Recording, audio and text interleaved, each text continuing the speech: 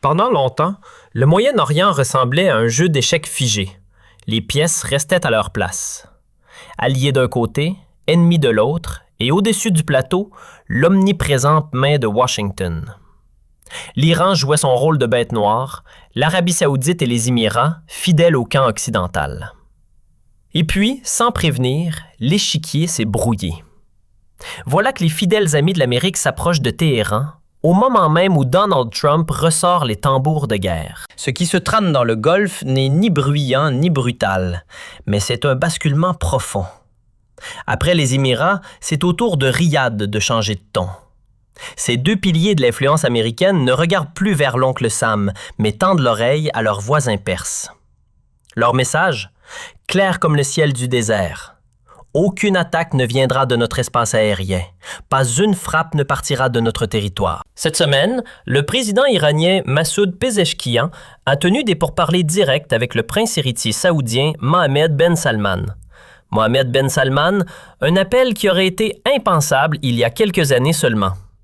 Autrefois rivaux, enfermés dans des guerres par procuration du Yémen au Liban, ils parlent maintenant le langage de l'unité. Le message de Pezeshkian était direct. L'instabilité régionale ne profite à personne. Personne, ni l'Iran, ni l'Arabie saoudite, ni le monde islamique au sens large, et certainement pas une région déjà marquée par des décennies de guerre.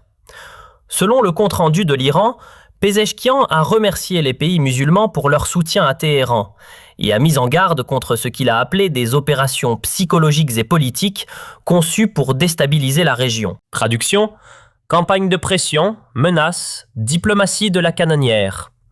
Le même manuel que la région ne connaît que trop bien. Pezeshkian a réaffirmé la position de l'Iran.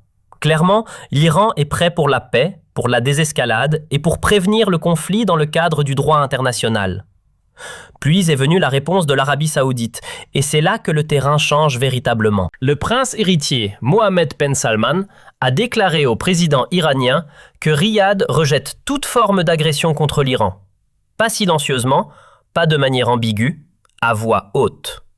L'Arabie saoudite, un allié américain de longue date, l'a rendu officiel. Son espace aérien et son territoire ne seront pas utilisés pour toute action militaire contre l'Iran. Laissez cela s'imprégner.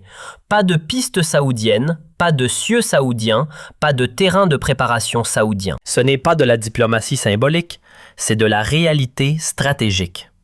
Dans la guerre moderne, l'accès est tout. L'espace aérien est un levier, le territoire est un pouvoir, et l'Arabie saoudite vient de retirer les deux de la table. Le prince héritier est allé plus loin. Il a souligné le respect de l'Arabie saoudite pour la souveraineté de l'Iran et son engagement à résoudre les différends par le dialogue, pas par la force. Et Pezeshkian a répondu avec gratitude, louant la position de Riyad sur l'intégrité territoriale et la sécurité régionale. Deux anciens adversaires parlent maintenant le même langage. Cette déclaration de l'Arabie saoudite représente un tournant géopolitique majeur dans la région du Golfe. Historiquement, Riyad a été l'un des piliers de l'influence américaine au Moyen-Orient. Pendant des décennies, l'Arabie saoudite a permis aux États-Unis d'utiliser ses bases aériennes, son espace aérien et son territoire pour des opérations militaires à travers la région. Pendant la première guerre du Golfe en 1991, l'Arabie saoudite a servi de base de lancement principale pour la coalition dirigée par les États-Unis qui a libéré le Koweït de l'occupation irakienne. Pendant la guerre en Irak de 2003, bien que l'Arabie saoudite n'ait pas officiellement soutenu l'invasion, elle a fourni un accès aérien crucial et un soutien logistique. Le fait que Riyad déclare maintenant publiquement qu'il ne permettra pas l'utilisation de son territoire ou de son espace aérien pour des opérations contre l'Iran marque une rupture fondamentale avec des décennies de coopération de sécurité américano-saoudienne. Cette position n'est pas simplement une déclaration diplomatique. Elle a des implications opérationnelles concrètes pour toute campagne militaire américaine potentielle contre l'Iran. Sans accès à l'espace aérien saoudien, les avions américains opérant depuis des porte-avions dans le Golfe Persique ou depuis des bases ailleurs dans la région feraient face à des défis logistiques significatifs. Les routes de vol deviendraient plus longues, le temps sur cible serait réduit et la flexibilité opérationnelle serait sévèrement contrainte. De plus, l'impossibilité d'utiliser le territoire saoudien pour des opérations de recherche et de sauvetage, le ravitaillement d'urgence ou les atterrissages de diversion augmenterait les risques pour les équipages aériens américains et réduirait la portée effective de toute campagne aérienne. Tout cela survient alors que les États-Unis intensifient la pression militaire. Un porte-avions américain, l'USS Abraham Lincoln, est arrivé dans la région. Donald Trump a laissé entendre à plusieurs reprises des frappes. Debout aux USA, Trump a parlé d'une belle armada flottant vers l'Iran. Un rappel pas si subtil de la puissance de feu américaine et un avertissement. La réponse de l'Iran? Calme, calculée, mais indéniablement ferme. Pezeshkian a déclaré à Mohammed Ben Salman que les menaces américaines visent à perturber la sécurité régionale et ne mèneront qu'à l'instabilité. Les responsables iraniens affirment que la pression économique, les sanctions et l'intimidation ont échoué par le passé et qu'elles échoueront encore. Pendant ce temps, la garde révolutionnaire iranienne a émis son propre avertissement. Les pays voisins sont des amis, disent-ils. Mais si leur sol, leur ciel ou leurs eaux sont utilisés pour attaquer l'Iran, ils seront considérés comme hostiles. Ce n'est pas de la rhétorique, c'est de la dissuasion. L'avertissement du corps des gardiens de la révolution islamique n'est pas une menace vide.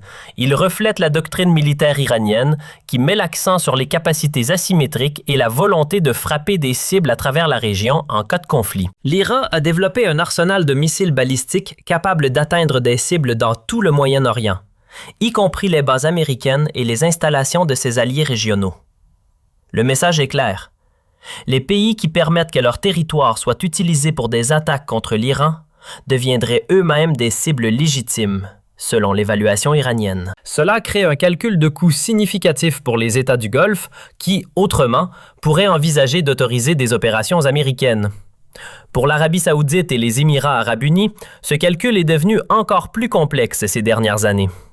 Les deux pays ont investi massivement dans la diversification de leurs économies, loin de la dépendance au pétrole.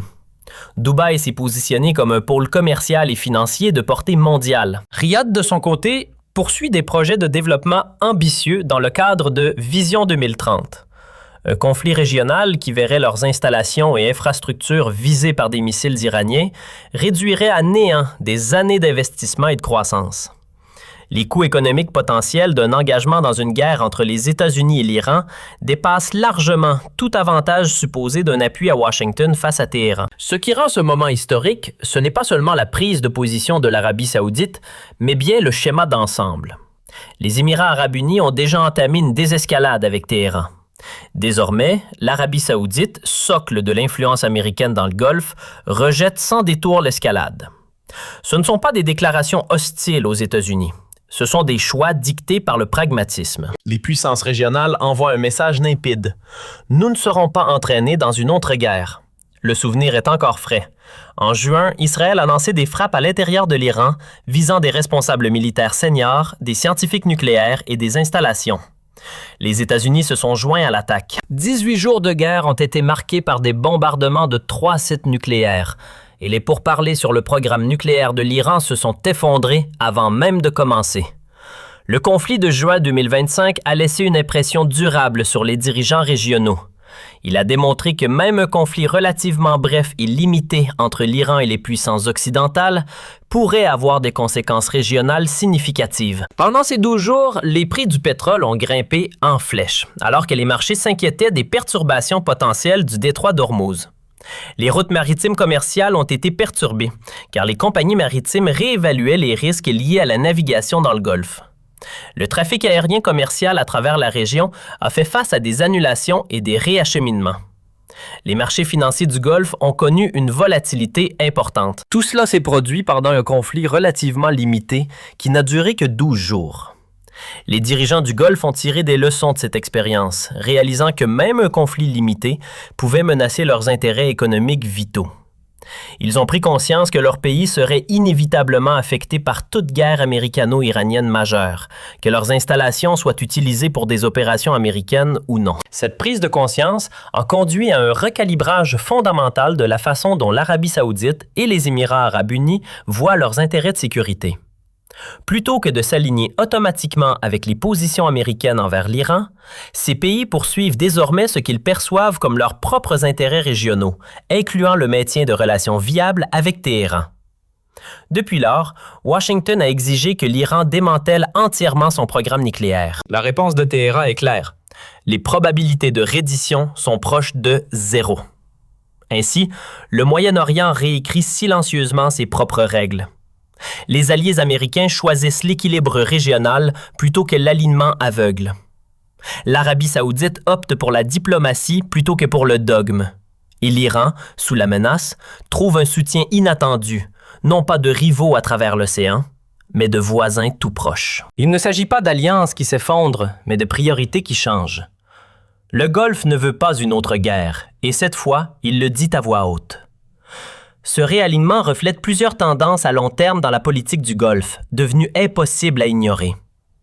Premièrement, les États du Golfe reconnaissent de plus en plus que l'Iran est un voisin permanent avec lequel ils doivent trouver un moyen de coexister. Contrairement aux États-Unis, qui peuvent projeter leur puissance dans la région puis se retirer, l'Arabie saoudite et les Émirats arabes unis doivent vivre avec l'Iran comme voisins, indépendamment de qui occupe la Maison-Blanche ou de la direction de la politique américaine. Deuxièmement, la fiabilité perçue des engagements de sécurité américains a diminué aux yeux de nombreux dirigeants du Golfe. Le retrait américain d'Afghanistan, les hésitations perçues dans la réponse aux attaques contre les installations pétrolières saoudiennes en 2019, ainsi que les changements dans la politique américaine envers la région à travers différentes administrations, ont tous contribué au doute sur la question de savoir si Washington serait toujours là quand on aurait besoin de lui. Troisièmement, les priorités économiques ont changé. Les États du Golfe sont profondément intégrés dans l'économie mondiale, de manière qui rend la stabilité régionale essentielle à leurs intérêts. Ils commercent avec la Chine, l'Europe et l'Asie autant ou plus qu'avec les États-Unis. Un conflit régional majeur perturberait toutes ces relations d'une manière qui pourrait prendre des années à se réparer. Enfin, il y a une reconnaissance croissante que de nombreux défis auxquels la région est confrontée nécessitent une coopération régionale pour être résolus. Le changement climatique, la rareté de l'eau et la diversification économique sont des problèmes qui transcendent les divisions traditionnelles et créent des incitations à la coopération plutôt qu'à la confrontation. La position de l'Arabie saoudite sur le refus de l'accès pour des opérations contre l'Iran représente l'expression la plus claire de ces tendances changeantes.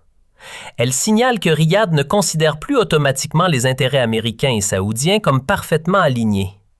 Au contraire, l'Arabie saoudite poursuit ce qu'elle perçoit comme ses propres intérêts régionaux, ce qui, dans ce cas, signifie éviter d'être entraîné dans un conflit américano-iranien. Pour Washington, ce développement représente un défi stratégique significatif.